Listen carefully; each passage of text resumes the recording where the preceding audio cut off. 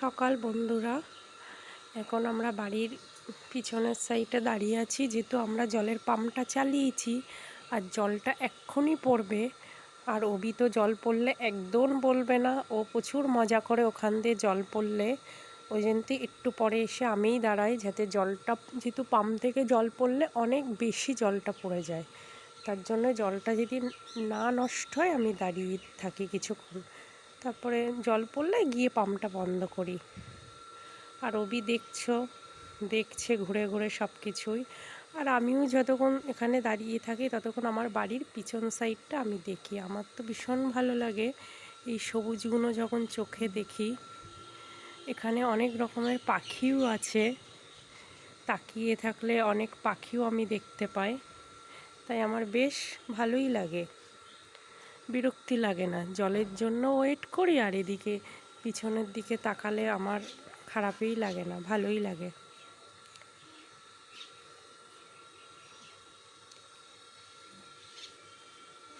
জল পড়া শুরু হয়ে গেছে, যেহেতু আমি এখানে দাঁড়িয়েছিলাম বলে জলটা বেশি নষ্ট হয় না, আমি সঙ্গে সঙ্গে মোটরটা বন্ধ করে দিই।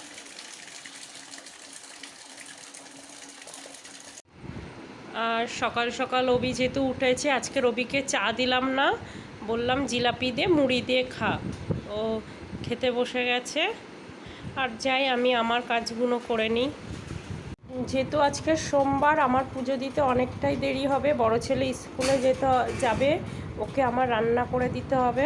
আজকের আমার অবি ঠাকুরের জল ভরে দিচ্ছে, যেহেতু আমি স্নান করতে করতে ঠাকুরের জলটা চলে যাবে, ওই আমার জলটা ভরে দিচ্ছে। দেখো ওই থালার মধ্যে জলটা পড়ছে, ঠিক করো। তুমি দেখো থালার মধ্যে জলটা পড়ছে, ওটা ফেলে দাও আর একবার। আর কি বলে বলে দিতে হয়, সব কাজে পিছনে থাকতে হয়। সুন্দর করে বসাও। ধরে রাখো, ওটা হাতে নাই হবে, ওটা হাতে ধরে রাখো।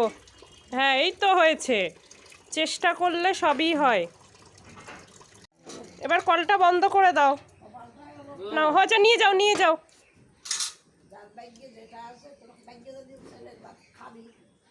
হ্যাঁ এবার ঢাকা দাও ভালো করে।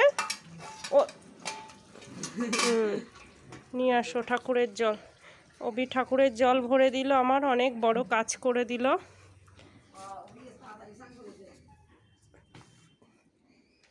হরে কৃষ্ণ। আমার বড় ছেলে এখন স্কুলে চলে যাচ্ছে।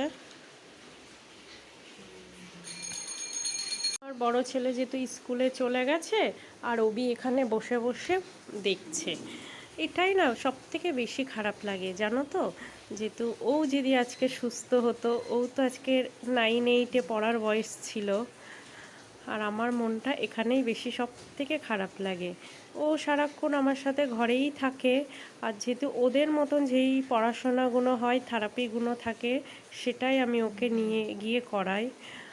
আর কি করব বলো, ভগবান যেহেতু ভগবান আমাকে দিয়েছে কষ্ট, আমার তো মেনেই নিতে হয়। বড় ছেলে স্কুলে চলে গেল, ও রীতিমতন এখানে বসেই দেখবে। আসো বাবান, আসো ঘরে চলো, টিভি দেখবে তুমি, চলো। আর সেখানে বসে বসে কি করবে, চলো ঘরে চলো। যেহেতু এইসব বিষয়গুলো নিয়ে আমার প্রচুর মন খারাপ লাগে, কিন্তু কিছু করার নেই না, সব কিছু মেনেই এই পৃথিবীতে থাকতে হবে।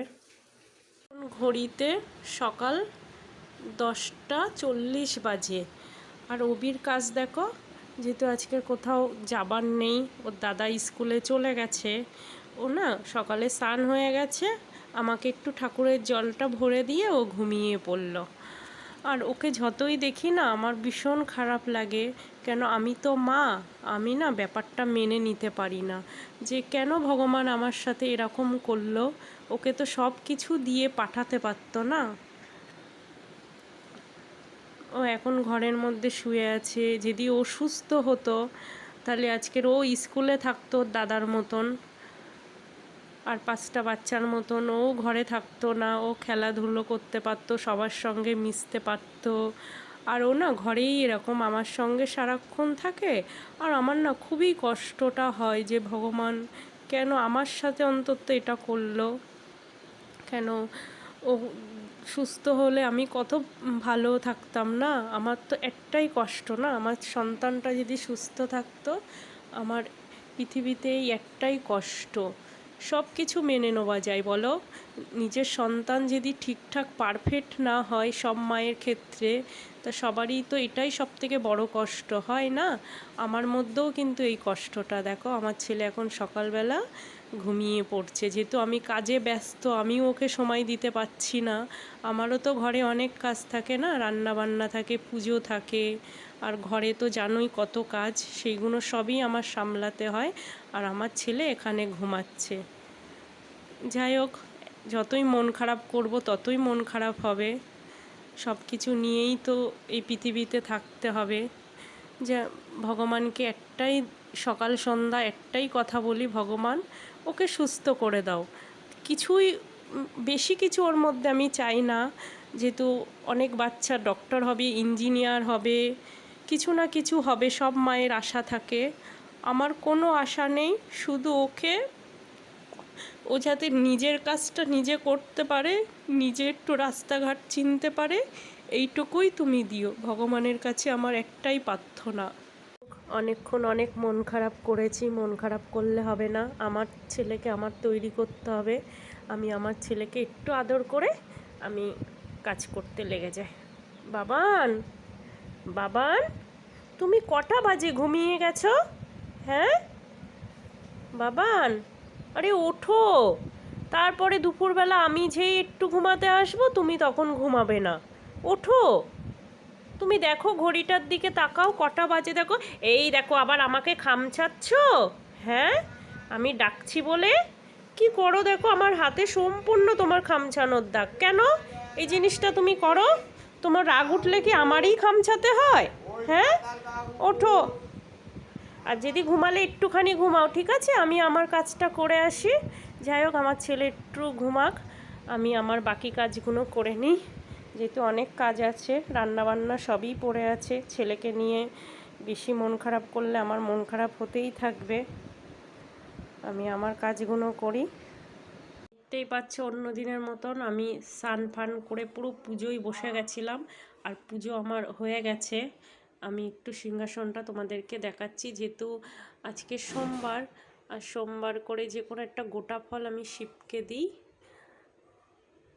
আর কালকে যেহেতু রথ ছিল, বাড়িতে মিষ্টি জিলাপি দুটোই নিয়ে এসেছিলো, আমি মিষ্টিটা সরিয়ে রেখে দিয়েছিলাম। আজকের ভগবানকে ভোগ লাগিয়ে তারপর আমরা প্রসাদটা পাবো। জয় শ্রীকৃষ্ণ। সন্ধ্যা হয়ে গেছে, আমি এখানে সন্ধ্যা প্রদীপ জ্বেলে দিয়েছি। আর দেখতেই পাচ্ছ এখানে আছে আমার শিবধামের ছবিটা। আর এই শিবধামের ছবিটা কিছু নিয়ম থাকে, সেই নিয়মটা আমি প্রত্যেক সন্ধ্যাবেলা করে করি। একটা মোমবাতি, তিনখানা ধূপকাঠি, একটু তেল, জল, আমার ছেলের মঙ্গলের জন্যে প্রত্যেক সন্ধ্যাবেলা করে আমি এই নিয়মটা করি। আর শিবধামের মন্ত্রটাও বলি। শুভরাত্রি। ভালো লাগলে ভিডিওটা লাইক করবেন।